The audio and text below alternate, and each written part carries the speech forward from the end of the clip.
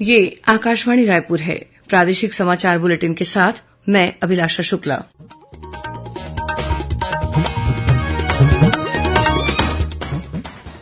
और अब पेश है आज के मुख्य समाचार। एनडीए संसदीय दल के नेता नरेंद्र मोदी ने आज तीसरी बार प्रधानमंत्री के रूप में शपथ ली। मोदी मंत्रिमंडल में आज जो सदस्य शपथ ले रहे हैं उनमें छत्तीसगढ़ के बिलासपुर लोकसभा क्षेत्र से सांसद तोखन साहू का नाम भी शामिल है। रायगढ़ जिले के लैलूंगा क्षेत्र में आज हुई सड़क दुर्घटना में 3 युवकों की मौत। और राजधानी रायपुर सहित प्रदेश के अनेक हिस्सों में आज से मानसून पूर्व बारिश शुरू हुई।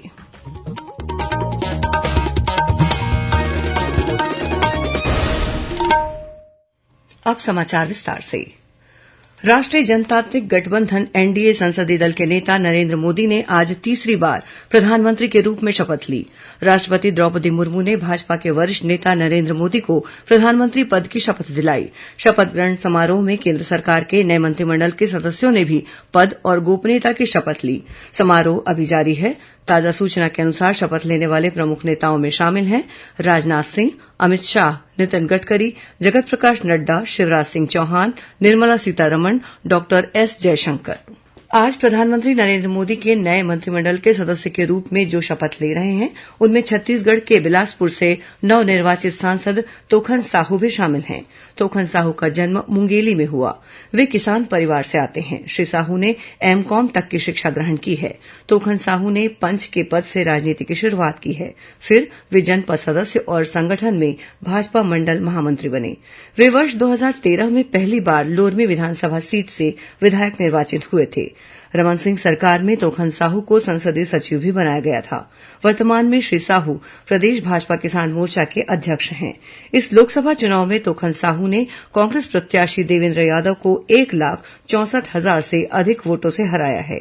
तोखन साहू को मोदी मंत्रिमंडल में स्थान मिलने पर आज नई दिल्ली स्थित छत्तीसगढ़ भवन में भाजपा नेताओं ने बधाई दी है। मुख्यमंत्री विष्णुदेव साय ने नई दिल्ली में पत्रकारों से चर्चा करते हुए कहा है कि राज्य सरकार ने मोदी की गारंटी के सभी प्रमुख वायदों को प्राथमिकता से पूरा किया है, जिसका बेहतर परिणाम हमें लोकसभा चुनाव में मिला है। श्री साय ने कहा कि छत्तीसगढ़ के मतदाताओं ने मोदी की गारंटी, भारतीय जनता पार्टी और प्रधानमंत्री नरेंद्र मोदी पर विश्वास किया। मुख्यमंत्री ने नक्सलवाद के मुद्दे पर कहा कि भाजपा के पिछले शासनकाल में 15 सालों के दौरान राज्य सरकार ने नक्सलवाद के खिलाफ मजबूती से लड़ाई लड़ी और अब जब फिर से प्रदेश में भाजपा की सरकार बनी है तो केंद्र राज्य के समन्वय से नक्सलवाद के खिलाफ हमारी लड़ाई में और भी तेजी आई है। मुख्यमंत्री ने बताया कि नक्सल प्रभावित क्षेत्रों में 25 से ज्यादा सुरक्षा कैंप बनाए गए हैं, जिनका उद्देश्य 5 किलोमीटर के दायरे में सरकार की सभी योजनाओं का लाभ लोगों तक पहुंचाना है। मुख्यमंत्री विष्णुदेव साय के निर्देश पर उत्तर प्रदेश के फिरोजाबाद में हुए हादसे में छत्तीसगढ़ के घायलों का बेहतर उपचार सुनिश्चित करने के लिए विधायक प्रबोध मिंज के नेतृत्व में एक टीम गठित कर लखनऊ भेजी गई है।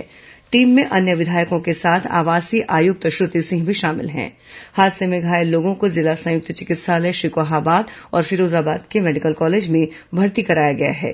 गौरतलब है कि छत्तीसगढ़ से धार्मिक यात्रा पर गए श्रद्धालुओं से भरी बस उत्तर प्रदेश के फिरोजाबाद में आगरा लखनऊ एक्सप्रेस वे पर कल पलट गई थी। इस दुर्घटना में 3 लोगों की मौत हो गई थी, वहीं 40 अन्य लोग घायल हुए हैं। आदिवासियों के उत्थान के लिए आजीवन संघर्ष करने वाले महान क्रांतिकारी जननायक बिरसा मुंडा की आज पुण्यतिथि है। इस अवसर पर मुख्यमंत्री विष्णुदेव साय ने उन्हें अपनी श्रद्धांजलि अर्पित की है। मुख्यमंत्री ने कहा है कि श्री मुंडा आदिवासी चेतना के प्रणेताओं में से एक थे। उन्होंने आदिवासियों को एकत्र कर जल, जंगल और जमीन पर अधिकारों के लिए आंदोलन चलाया। श्री साय ने कहा कि आदिवासियों को उनका अधिकार दिलाना और स्वाभिमान की रक्षा करना ही बिरसा मुंडा जी को सच्ची श्रद्धांजलि होगी। वहीं आज छत्तीसगढ़ी लोक संगीत के पुरोधा स्वर्गीय खुमान साव की भी पुण्यतिथि है, जिन्हें याद करते हुए मुख्यमंत्री विष्णुदेव साय ने कहा कि खुमान साव ने चंदैनी गोंदा के माध्यम से छत्तीसगढ़ी लोक कला को संवारने में अपना पूरा जीवन लगा दिया। लोक कला की सेवा के लिए उन्हें राष्ट्रीय स्तर पर संगीत नाटक अकादमी पुरस्कार से भी सम्मानित किया गया है। प्रादेशिक समाचार आप आकाशवाणी रायपुर से सुन रहे हैं। छत्तीसगढ़ की खबरों है आपका वास्ता और खबरों की विश्वसनीयता से है हमारा वास्ता। आकाशवाणी समाचार रायपुर के प्रादेशिक समाचार बुलेटिन के साथ ही हमारे समसामयिक कार्यक्रम आप रेडियो के अलावा अपने मोबाइल पर भी सुन सकते हैं। आकाशवाणी समाचार फेसबुक, ट्विटर और यूट्यूब पर भी उपलब्ध है। हमारा Facebook page Chhattisgarh news on AIR, Twitter handle CGAIR news और हमारा यूट्यूब चैनल है छत्तीसगढ़ AIR न्यूज। तो अब रेडियो के साथ ही आपके मोबाइल के जरिए भी हम पहुंच रहे हैं आप तक। छत्तीसगढ़ की हर खबर के लिए सुनते रहिए आकाशवाणी समाचार। और अब आगे बढ़ते हैं बाकी की समाचारों की ओर। रायगढ़ जिले में आज हुई सड़क दुर्घटना में 3 लोगों की मौत हो गई। मिली जानकारी के अनुसार लैलूंगा थाना क्षेत्र के गोसाईडीह आंगेकेला मोड़ के पास एक बस ने मोटरसाइकिल सवार 3 लोगों को अपनी चपेट में ले लिया। इस सड़क दुर्घटना में 2 लोगों की मौके पर ही मौत हो गई। वहीं एक अन्य घायल युवक को अस्पताल ले जाया गया, जहां उसने इलाज के दौरान दम तोड़ दिया। ये तीनों युवक जशपुर से रायगढ़ की ओर जा रहे थे। मृतक तीनों युवक मधुबन गांव के रहने वाले हैं। दक्षिण पूर्व मध्य रेलवे के बिलासपुर मंडल के अंतर्गत मुदरिया स्टेशन में तीसरी लाइन कनेक्टिविटी के लिए प्री NI और NI का कार्य किया जाएगा। इसके कारण कुछ गाड़ियों का परिचालन प्रभावित रहेगा।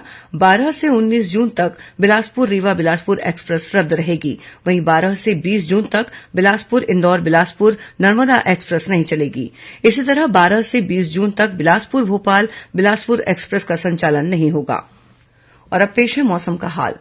प्रदेश के कई स्थानों में आज से मानसून पूर्व की वर्षा शुरू हो गई है। आज राजधानी रायपुर सहित कई इलाकों में दोपहर के बाद मौसम का मिजाज बदला और तेज हवा के साथ बारिश हुई। गौरतलब है कि दक्षिण पश्चिम मानसून कल से प्रदेश के सुकमा जिले में दस्तक दे चुका है। मौसम विभाग के अनुसार कल 10 जून को 1-2 स्थानों पर हल्की वर्षा होने या गरज चमक के साथ छींटे पड़ने की संभावना है। वहीं 1-2 स्थानों पर अंधड़ चलने और आकाशीय बिजली गिरने की भी आशंका है। कांकेर जिले के नरहरपुर वन परिक्षेत्र के चनार गांव में एक तेंदुए के हमले में एक बुजुर्ग महिला की मौत हो गई है। बताया जा रहा है कि बीती रात कच्चे मकान का दरवाजा तोड़कर ये तेंदुआ 75 वर्षीय महिला को उठा ले गया था। महिला का शव क्षत विक्षत हालत में घर से 100 मीटर दूर पहाड़ी पर मिला। घटना की जानकारी मिलने के बाद मौके पर वन विभाग की टीम पहुंची और इस घटना की जांच शुरू कर दी है। नया रायपुर स्थित जंगल सफारी में गुरु घासीदास केंद्रीय विश्वविद्यालय द्वारा 25 मई से 8 जून तक राजनीतिक विज्ञान के छात्रों के लिए इंटर्नशिप कार्यक्रम का आयोजन किया गया। इसका उद्देश्य छात्रों को जंगल सफारी के विभिन्न पहलुओं से परिचित कराना और उन्हें वन तथा वन्यजीव संरक्षण के महत्व के बारे में जागरूक करना था। समापन कार्यक्रम में मुख्य अतिथि के रूप में अजीम प्रेमजी फाउंडेशन के पुरुषोत्तम सिंह ठाकुर शामिल हुए। उन्होंने छात्रों को संबोधित करते हुए कहा कि किसी भी विषय वस्तु को सीखने की जिज्ञासा और उसके लिए की गई मेहनत उसे सफलता की ओर ले जाती है। वहीं जंगल सफारी के संचालक धम्मशील गणवीर ने कहा कि ये इंटर्नशिप कार्यक्रम छात्रों के लिए पर्यावरण को देखने के साथ ही वन्यजीव के प्रति भावना को बढ़ाने का काम करेगा। अब कुछ खबरें संक्षेप में। कोंडागांव जिले के ग्राम तिमड़ी में बीती रात माओवादियों ने एक ग्रामीण की गोली मारकर हत्या कर दी है। पुलिस मामले की जांच कर रही है। राजधानी रायपुर के पुराना पुलिस मुख्यालय परिसर में स्थित रोजगार कार्यालय में कल 10 जून को रोजगार मेले का आयोजन किया जाएगा। इस कैंप के माध्यम से 75 से अधिक पदों पर भर्ती की जाएगी। बिलासपुर जिले की सरकंडा पुलिस ने करीब 18 लाख रुपए की ऑनलाइन ठगी करने वाले 3 आरोपियों को गिरफ्तार किया है। वहीं अन्य आरोपी फरार बताए जाते हैं। अंत में मुख्य समाचार एक बार फिर। एनडीए संसदीय दल के नेता नरेंद्र मोदी ने आज तीसरी बार प्रधानमंत्री के रूप में शपथ ली। मोदी मंत्रिमंडल में आज जो सदस्य शपथ ले रहे हैं उनमें छत्तीसगढ़ के बिलासपुर लोकसभा क्षेत्र से सांसद तोखन साहू का नाम भी शामिल है। रायगढ़ जिले के लैलूंगा क्षेत्र में आज हुई सड़क दुर्घटना में 3 युवकों की मौत। और राजधानी रायपुर सहित प्रदेश के अनेक हिस्सों में आज से मानसून पूर्व बारिश शुरू हुई। इसी के साथ प्रादेशिक समाचार बुलेटिन समाप्त हुआ। नमस्कार।